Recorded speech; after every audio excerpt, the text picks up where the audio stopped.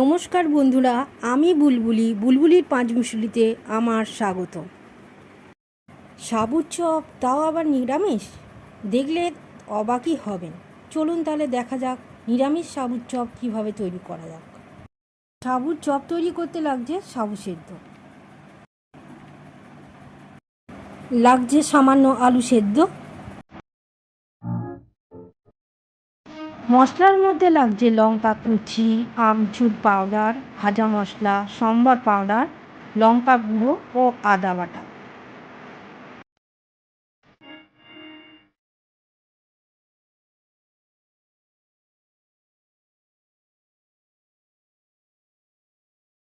সেদ্ধ আলুটা গ্রেটারে গ্রেট করে নিতে হবে।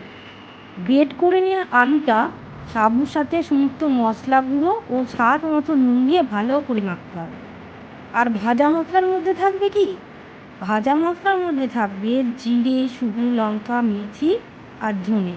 এগুলি শুকনো খোলায় ভেজে নিয়ে গুঁড়ো করলেই তৈরি হয়ে যাবে ভাজা মশলা।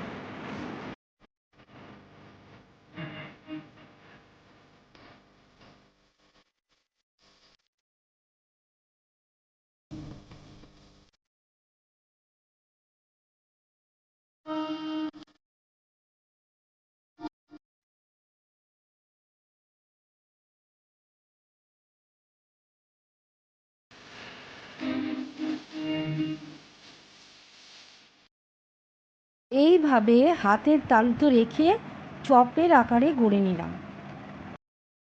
এবার কড়াইয়ে তেল গরম করে লো টু মিডিয়াম আঁচে চপটি ভাজতে থাকবো। তবে সাবধানে, এক পিঠ ভালো করে ভাজা হলে তবেই আস্তে করে উল্টাবেন, নাহলে ভেঙে যেতে পারে।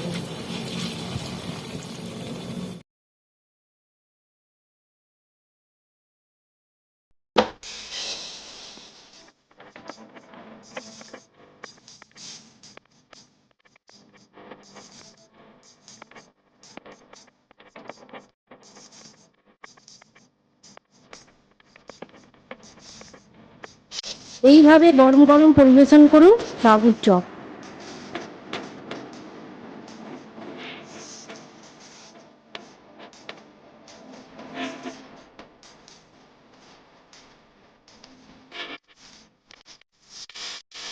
ভিডিওটি ভালো লাগলে প্লিজ লাইক ও শেয়ার করে দিন এবং সাবস্ক্রাইব বাটনটি প্রেস করুন।